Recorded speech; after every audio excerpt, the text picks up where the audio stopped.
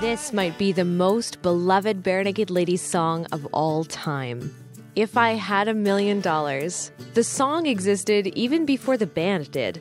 Back in the late 80s, Ed Robertson and Stephen Page were just two teenage boys in Scarborough, growing up in the burbs. They got to know each other one summer when the two budding musicians were volunteering at a summer camp for kids. One day, Ed was on the bus heading home with the restless kids and needed to entertain them somehow. So he started making up a fun little song on the spot. The campers loved it.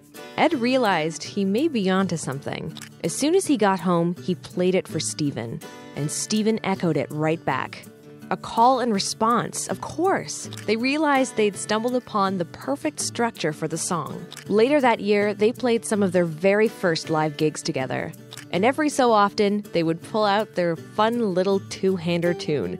They rarely spent enough time rehearsing for these shows. They were teenagers after all. So every time they performed it, they would improvise, making it up as they went along. Fast forward to 1992.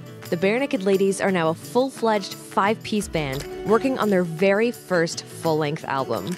Of course, they had to include this song, but they wanted to capture that same spontaneity that energized those early gigs. The same spontaneity that inspired the song on that bumpy bus ride years ago.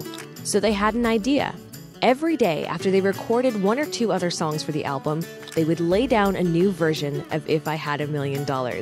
Try a different line here, pop in another joke there. The band ended up recording somewhere between 15 and 20 different versions of the song. These are still stored on a master tape somewhere, never heard by the public. If I Had $1 Million by the Barenaked Ladies on Made in Canada.